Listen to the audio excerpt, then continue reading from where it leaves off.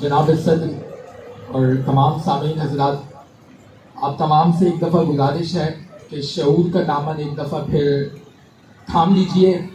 قائد ایوان دوبارہ آئیں گے اور آپ لوگوں کو بھٹکائیں گے، لیکن حقیقت کو سمجھیے اور اس کے بعد تجدید عہد کیجئے اور اس پاکستان کو واقعتاً قائد اور اقبال کے خواب کی تعبیر بنائیں. آئیے تھوڑی سی بات کرتے ہیں جو جتنے بھی حوارین قائد ایوان اور ان کے حوارین نے آ کر جو تقاریر کی، جتنے لوگ یہاں بیٹھے تھے شاید وہ بھی اس بات کے شاہد ہوں اور گواہ ہوں کہ حوارین میں سے 3 سے 4 کی تقاریر تو یوٹیوب سے لکھی ہوئی تھی، تو اس کی تو کوئی رد دلیل ہی نہیں بنتی. یوٹیوب سے کاپی پیسٹ والا معاملہ جس طرح قائد ایوان نے کیا، اسی طرح ان کے حوارین نے بھی ان کو فالو کیا.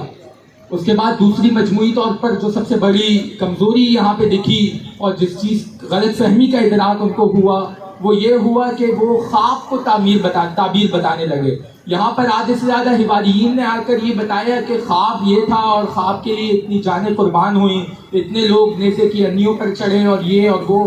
اس کی تعبیر کیا نکلی؟ بات تعبیر کی ہو رہی ہے، تعبیر اس کی بالکل مخالف ہے. اور ہم یہی بات کر رہے ہیں کہ آج اگر ہم نے قائد اور اقبال کے خواب کی تعبیر دیکھنی ہے تو ہمیں یہ قبول کرنا ہوگا کہ یہ آج کا پاکستان اقبال اور قائد کے خواب کی تعبیر نہیں. پھر تجدید عہد کریں گے اور ثابت کریں گے کہ ہم اقبال اور قائد کے خواب کی تعبیر ہیں. آئیے چند رد دلائل پیش کرتے ہیں. علی وقار، ہمارے اوپر الزام لگایا گیا کہ ہم مایوسی پھیلا رہے ہیں.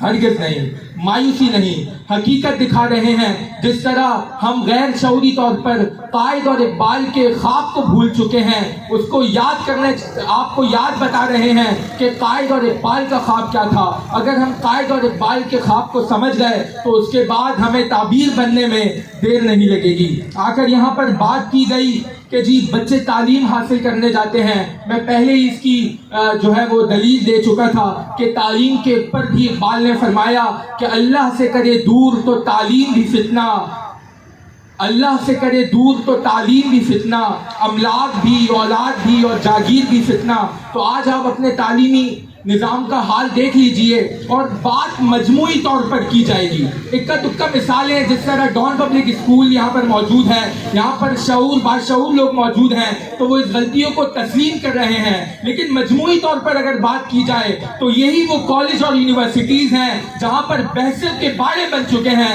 علی وقار، یہی وہ تعلیم اور جو ہے وہ نظام تعلیم کے ادارے ہیں جہاں پر بچوں کو پڑھانے کے بجائے وہاں پر گھر بن چکے ہیں اور پتہ نہیں کیا کیا چیزیں وہاں پہ چل رہی ہیں. اس کے بعد آ کر بات کی گئی کہ بھائی نوجوان تو جب بھی کوئی کرائسس آتے ہیں، ڈیزاسٹر ہوتا ہے تو ہمارے نوجوان اٹھتے ہیں. وہ اسی لیے تو اٹھتے ہیں کہ وہ چاہتے ہیں کہ یہ اقبال کے خواب کی تعبیر ہم پاکستان میں دیکھ سکیں. اقبال کے خواب کی تعبیر یہ نہیں، اس لیے وہ مزاحمت کرتے ہیں. اس کے بعد بات کی گئی کہ 2% طبقہ ہمارے اوپر راج کر رہا ہے. مجھے آپ بتائیے کہ بریانی کے نام پر بکنے والے کون ہیں؟ 1,000 روپے دے کر اپنا ووٹ بیچنے والے کون ہیں؟ ہم عوام ہیں. ہمیں تعلیم سے دور رکھ کر جہالت کے اندھیروں میں ڈال کر ان 2% نے جس طریقے سے اس ملک پر قبضہ کیا، میں یہی بیان کرنے آ رہا ہوں اور یہی حقیقت آپ لوگوں کو دکھانا چاہ رہا ہوں کہ ہمارا خواب اصل میں یہ نہیں تھا. قائد اور اقبال نے جو ہمارے لیے خواب دیکھا تھا وہ ایک حقیقت پسند اور باشعور قوم کا خواب دیکھا تھا. تو آج سمجھنے کی ضرورت ہے، پڑھنے کی ضرورت ہے، اس نظام کو بہتر کرنے کی ضرورت ہے. وہ معاشی نظام ہو، سیاسی نظام ہو، یہ جو 2% ہے ان 2% کا تختہ پلٹ کر آپ کو وہاں پہ پہنچنے کی ضرورت ہے. اور جب اس چیز کو آپ سمجھ لیں گے تو یہ اقبال کے خواب کی تعبیر ہو جائے گی. لیکن جہاں پر مثالیں اس کے بالکل مختلف ہیں. علی وقار، یہاں پر بات کی گئی کہ ہمیں خواب کو پورا کرنے کی ضرورت ہے. میں بھی تو یہی کہہ رہا ہوں کہ خواب ابھی تک پورا نہیں ہوا، اس کی تعبیر ہم نے نہیں دیکھی.